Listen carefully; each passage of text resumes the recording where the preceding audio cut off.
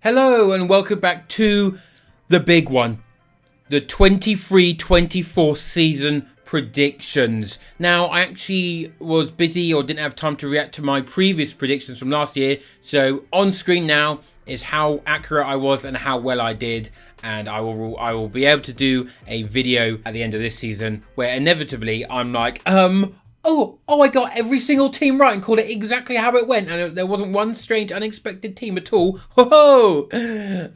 I am actually a genius. I'm just going to drink out of this mug here, which is branded with some sort of badge. Tastes like merchandise. Let me know if you would like me to make this available for sale. This is the CCFC football badge for the football department, which would suggest that there might be some sort of t-shirt on its way, some sort of sport item, some sort of sport costume apparatus, some sort of football kit. If you'd be interested in me selling little trinkets before the kit though to support the channel, then let me know, because I've grown to love this mug. Right, let's start with my 20th place. It's Sheffield United. It's everyone's prediction is Sheffield United. They've lost Ndiaye to Marseille. They're about to lose Sander Berge to Burnley somehow. And if you've got Ollie McBurney and Ryan Brewster as your main goal-scoring options, I don't know what to tell you, buddy. It's not looking good. It absolutely reeks of finishing bottom and potentially actually having a worse season than the infamous Derby 11-point season with one game won, which they were on course and almost beat a couple seasons ago when they were up. So it's not looking very promising. There is really absolutely no reason to put them higher than 20th. I'm sorry, Sheffield United. 19th, Luton Town. Now, everyone is saying that Luton are in a really good position and have bought really well to have a solid, strong championship team for when they inevitably go back down, and then they could sort of get the parachute payments, and then they become in that Norwich Fulham sort of vicinity of getting in the Premier League quite regularly, and then hopefully in one of the seasons becoming a Premier League club. So I'm going to have to agree. I can't say I've ever watched a minute of Luton Town, and I'm sure they're going to have their big moments and a couple shocks, I reckon, at their ground, because it feels infamous at this point. Oh, I have to walk through houses. Yeah, you do, mate. Crazy. So 19th place for Luton. 18th, Wolverhampton Wanderers. Now, I don't really know who scores or does anything in this side now. They've had 2 free transfers in. One was Matt Doherty coming back, and nothing else. And apparently they were unable to buy someone for 25 million. So, doesn't bode well, that. Lopetegui has literally just walked yesterday, 4 days before the season starts, which is like over sort of like FFP and investment and how much they can spend on the squad, which was a rumour at the beginning of the window, at the end of last season. How have you had the entire summer and then come to the same conclusion 4 days before the season starts? It's an absolute shambles. And what's even worse is that they're in talks with Gary O'Neill. Now, a lot of people had sympathy for Gary O'Neill. I had sympathy, but realistically, he's not a long-term solution. Okay, yeah, he did an amazing job at Bournemouth, but I feel like he was just sort of plugging holes. Okay, and maybe that's what Wolves need, but I just don't see... He doesn't have the sort of long-term experience for me to be able to convince me that he'll keep a Wolves side up who no longer have Ruben Neves, Matinho, or Matey, who bonked his head really badly. And I've forgotten his name. Raul Jimenez. Sorry, mate. I just forgot. 17th, I've gone for Everton. They've lost Yerry Mina, who's a nutcase, but it's still quite a big loss. And then, oddly, they sold Ellis Sims for 7 million, which I feel like he looked quite promising every time he had a couple of minutes or whatever, or he played. It's a bit odd to me, because they don't particularly have anyone to score goals. They've got Calvert-Lewin, but that depends on him becoming fit for long enough to have a run of form. And I don't know, I don't really see that happening. It just feels like an inevitable sort of cycle of getting injured, maybe scoring a couple goals, 1 or 2, and then getting injured again. So it's just not happening for him. I'm sorry. He's missed 26 games out injured in the past 2 seasons. If that happens again, then I don't think Sean Dyche keeps him up. But with all the doom and gloom, I just think the 3 teams below are just way more of a shambles. So I feel like Dice will probably make a strong enough unit, an actual team, to be able to keep them up. 16th, I've gone for West Ham. I'm seriously concerned. I think this might be similar to last year. They've lost Declan Rice. They've given up on Skamaka, which I sort of feel understandable, but I feel like a lot of West Ham fans were a bit like, why have we done that? I feel like there was a player there. And then their midfield, as of now, is Thomas Souček, who apparently is absolutely toast now, Connor Coventry, Flynn Downs, Lucas Paqueta, Pablo Fornals, and Nikola Vlasic, who's just come back from loan. Has he gone back out on loan? I'm not sure. They're linked with Edson Alvarez as a Declan Rice replacement, sort of, but they're also trying to get Harry Maguire and Scott McTominay, which is interesting. If they get both, I think they stay up pretty easy, but I feel like it's going to be the same. They still have European competition. They're in the Europa League, for God's sake. They might be losing Lucas Paqueta as of this morning to City, which is come absolutely out of nowhere. So if that happens, then Jesus Christ, West Ham, good luck. But I just get this sense of it's another shambles club, but I think they've got better quality than Everton, even though David Moyes might leave pretty soon. 15th, I've gone for Fulham. Fulham, another club which from the outside seems like it's in disarray. And honestly, anywhere from here to 20th, they could all swap places. It's mainly just about which 3 that anyone thinks is going to be the biggest mess. I'm going to say Mitrovic will be forced to stay. I don't think they'll sell him. And then at that point, it's about getting a miserable player back on side. I don't know how easy that's going to be with Mitrovic. I haven't heard amazing things about his temperament and sort of willingness to not burn bridges. Willian, I can imagine leaving, but I feel like that rumour and chat with Saudi side was like a week or 2 ago, and I feel like I haven't heard any more since, so I feel like he might stay. Marco Silva staying is huge, but I just think they massively overperformed, and I feel like the squad might be just maybe not so much on the same page, and they may not have the same performance from Mitro and the same defensive performance from Bernd Leno as they had last year. I feel like Mitro and Bernd Leno both overperformed, and I don't bet them to do it again. They might do it again, and I'll be completely wrong, and that's fine. The only problem is, I'm never wrong. 14th, I've gone for Bournemouth. Now, I am deeply unsure about this one. This one I've sort of gone along with. Once again, all the teams that feel a bit more negative and a bit of a shambles below them. And also, this one is just based on what other people are saying. I don't know too much about Bournemouth. I really don't know who they've bought. But apparently, they've spent well. Apparently, the manager they've brought in is good. He finished like 11th with like Rayo Vallecano or someone. But apart from that, who fucking knows? Who knows about Bournemouth? I tried to do some research, and everyone in the squad is just exactly the same. They buy the same like bloke every time. It's fascinating. So I've stuck them in 14th. I'm not. There's a reason why I do football shirts. I'm not a tactics bloke. I just don't. Over my head. I like pictures, mate, and designs. There's nothing wrong with that. You've got to have some of us somewhere. 13th, I've gone for Nottingham Forest. Now, this would be a fantastic return for Nottingham Forest. Steve Cooper had his ups and downs with Forest last season. The squad was massive, but it was a necessary evil that they had to do. Losing Keylor Navas is pretty big. PSG, Real Madrid, won multiple Champions Leagues and just crazy. It's insane that the idea he was even there. I think they'll be fine regardless, because I felt like they had a bit of on their day about them. I felt like there was a groove they sometimes fell into where they looked quite good and good enough to stay up. And I think good enough to stay up again.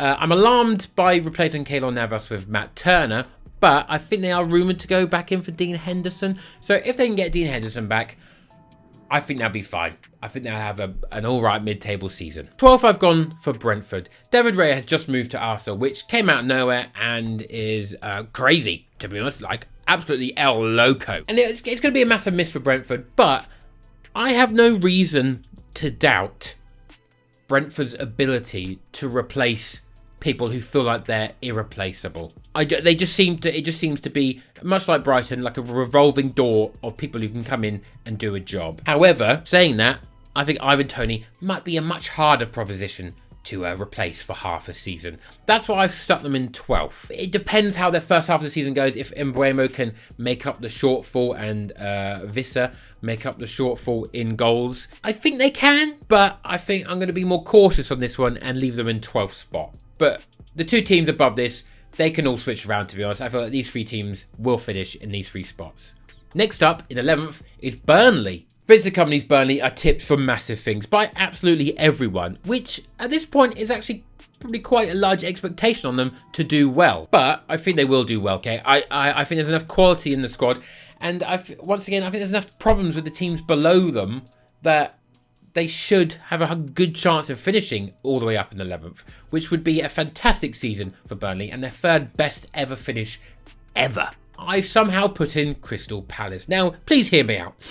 Zaha has finally left Crystal Palace, and putting them 10th might seem crazy to you.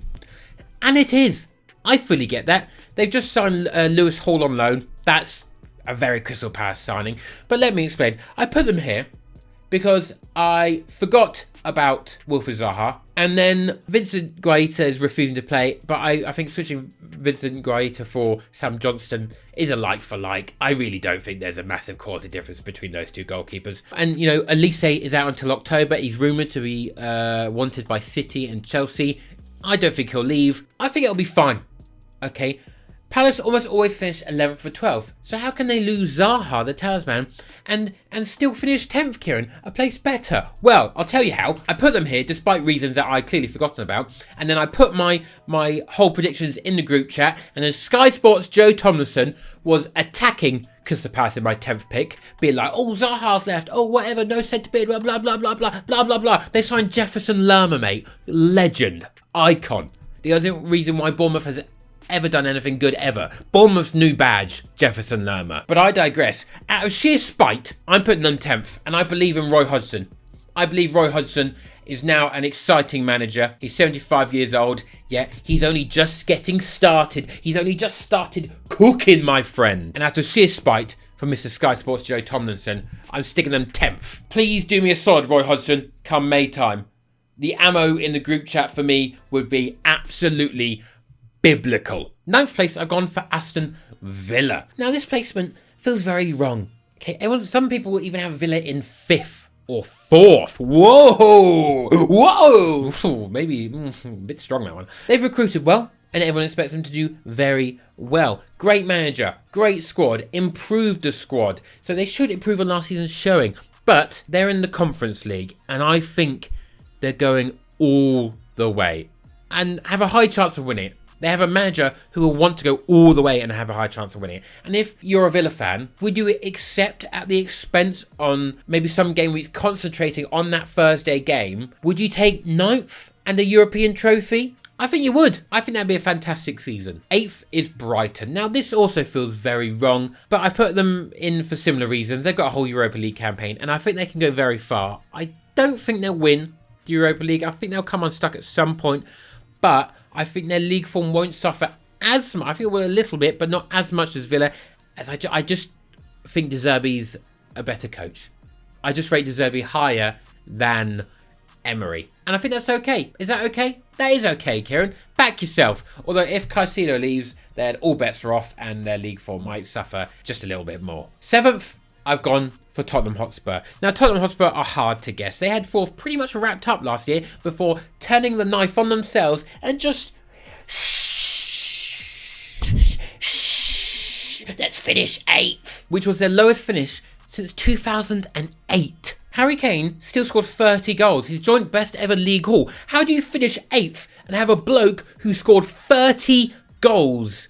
His joint best ever haul. How do you get the ball to him the same amount of time? How bad can your defence possibly be? Now, they're going to have some teething problems this season with the change in style of play with Ange. I think this will be a good 7th rather than the bad 8th that they had last year. I think this will be there'll be more enjoyable football and more enjoyable games, but ultimately the results will even out.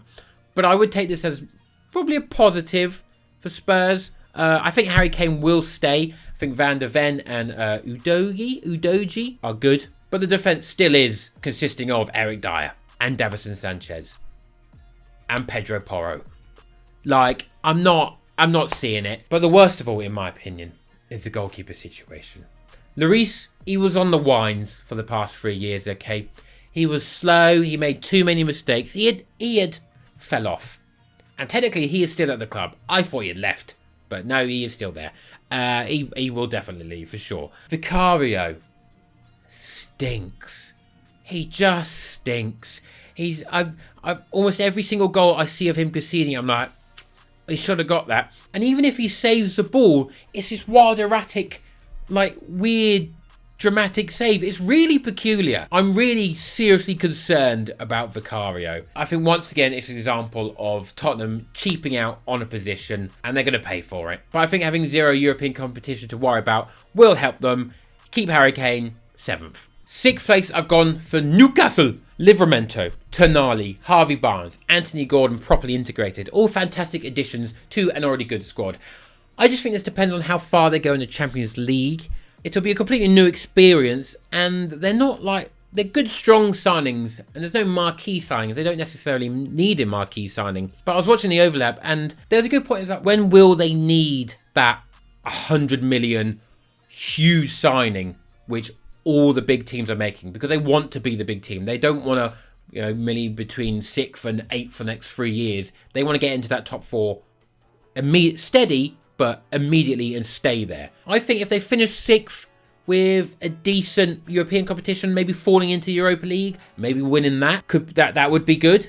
That you'd get the Champions League then as well. I think that's quite a realistic scenario for them. I've sort of shot them here because I think all the teams above will either be better, have less games, and more experience. 5th place, I've gone for Chelsea. Chelsea seem like they're onto something 1 week and then in complete disarray the next. I don't think Mason Mount is a terrible loss, if I'm honest, but I think the goalkeeper issue is still massive in the long term, and they've just lost Nkunku until December almost, so that is alarming. He's going to be huge for them. However, I think the biggest and most important thing is just hiring Pochettino, a manager who is just decent and will get them working and will actually turn it into a team, a viable team. Now up front, they've got Nicholas Jackson and Brozier, one 22-year-old and one 21-year-old, to be your main centre forward options, which is a lot of pressure, but at least it's not Kai Havertz. So that's an improvement. They're both actually built to finish chances and score goals. No European competition will also be huge and in their favour. I think it'll be a big season for Mudryk. I think Sterling will have a much better role than people think. You've got a perfectly world-class player there to utilise if you can properly.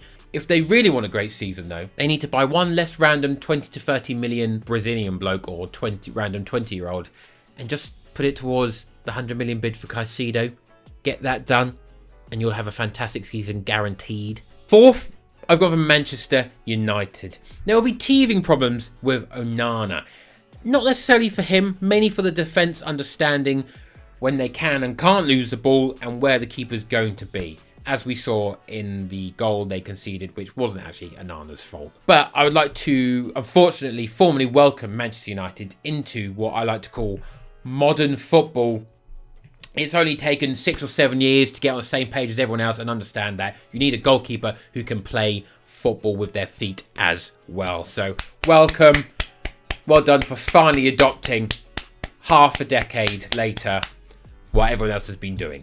I'm not totally convinced about the midfield or their right backs, but I think their forward line options of Rashford, Sancho, Garnacho, Anthony Martial, and Højlund, whatever it is called, will get you far enough. But I've also just learned that their new £72 million signing cannot play 2 games a week because he has some sort of back issue. That is funny. Not for him, but for me. 3rd, I'm going for Liverpool Football Club. Now, this is a sort of, there's a fine line between this. They've got an ageing Van Dijk, which is slowly becoming a worry for me. And if Trent gets injured, who on earth replaces him in that new role? You don't have big Jimmy Milnes anymore to sort of fill in a right back spot. It's alarming if he gets injured. It's a very small squad, currently sitting at 22 players, but I don't think they'll give a shit about the Europa League at all. They'll need another body in midfield for sure. They're after Lavia, which Southampton want 50 million. You've bid 46. Just bid 50. You've got a month left, mate. Just bid 50. Stop haggling. Weird. So Sly, said that terribly, and McAllister are great additions, but after that you're depending on Thiago to stay fit. He won't. Harvey Elliott and Curtis Jones. That's crazy. I think Liverpool will score a shed load, but also concede a lot. But their experience and quality for me is likely to pull them through, and to be quite honest, I'm still scared of them. They still scare me. They always will. I've got Liverpool PTSD. Their forward line is Luis Diaz, Gakpo, Jota, Salah and Nunez. Christ. Get some midfield bodies in and they're cooking. Second, and which you will inevitably find out who I've got first, is Arsenal Football Club. Ooh, controversial. Look, Arsenal have significantly bolstered their squad since last season. Timber looks fantastic. Rice will be fantastic. Not putting yourself in a scenario again where you'll have to play Rob Holding is a massive bonus. Bless him. I do think what would supercharge this team would be a clinical striker. They can't be playing Kai Havertz there. They did it, I think, just to fill a gap in the Community Shield. And it was like, oh, but he had 2 chances. Yeah, he always has the chances. And they always look like they should go in, and they never do. That's the story of him. Don't play him there. And it's easy to just say, oh, buy like a 20-goal season striker, 25 goals a season. I don't think Gabby Jesus is up for it. He's currently injured. I don't think Nketiah is getting those numbers. And it feels a bit silly to not give Balogun a chance. He scored 21 goals in 37 in Ligue 1 last season. And if he was French, 3 years ago, they would have spent 72 million on him. But they're just willing to not even give him a chance, which I feel like is pretty odd, to be honest. But I put Arsenal second for me because I don't think they have the best defence in the league. That defensive side for me is what will win it for Manchester City. Manchester City in first once again. No one has won it 4 times in a row ever. Ever. But no one had ever done the English treble. No one had ever hit 100 points. Pep continuously breaks records every single time. And I know I'm a City fan and I'm biased, so if you put Arsenal first, that's a perfectly reasonable thing to do. But Pep continues to beat every single record, so why can't he do 4 in a row? I think there's no reason why he can't. I think it'll be even closer this year, and I think it might be a last day of the season jobby, and I don't like that. I don't want that. That makes me feel, that really stresses me out, okay? I would like to keep my hair for as long as possible. However, Kyle Walker has just committed to stay. Bernardo Silva, rumours are he has also committed to staying. Huge for us. We're after Lucas Paquetá, which, I don't know, it's another midfield body. I can't say how good he is. To be honest, I haven't watched enough. It doesn't feel very like world-class fitting into the City team. I feel like surely there's a 75 million option elsewhere in Europe who would absolutely slap in the midfield. But who knows? I'll trust Pep on this one. But that absolutely kills Calvin Phillips off. Which, to be fair, mate, I think he's gone anyway. I just think this new iteration of the City team we're coming into is built not to concede. Just not to concede goals. Clean sheets, I think, will be massive this year for us. I think 1-0 will surprisingly be quite a common result. 4 massive centre-backs is the strategy for Pep Guardiola now. Let's just see, out of the options, the 4 that he can pick. Nathan Ake, John Stones, Akanji, Ruben Diaz, Vardiol and Kyle Walker. Then you've got a backup of Rico Lewis playing the John Stones sort of centre mid role. I mean, any variation of 4 from that, and then you sit Rodri and Kovacic, or maybe Rodri and Bernardo in front of him. You're keeping the ball and you're defending fantastically. I mean, that's stacked for me. Inevitably, the team is about balance, and I think it could affect how many goals we score and our output. But I don't know. I think if you play possession-based football with a defence like that, I feel like that can win you a league. And I feel like that will win you a league. I'm going to have to back the boys. I've got no reason to believe otherwise. I feel good. It's going to be a fantastic season. Lots of ups, lots of downs. I think it'll be way closer than ever before. And it's going to be a good one. So follow along with me. Don't forget to hit subscribe. Thank you for getting us to 20,000 subscribers before the beginning of the season. I love you all, and let's keep marching on. Goodbye.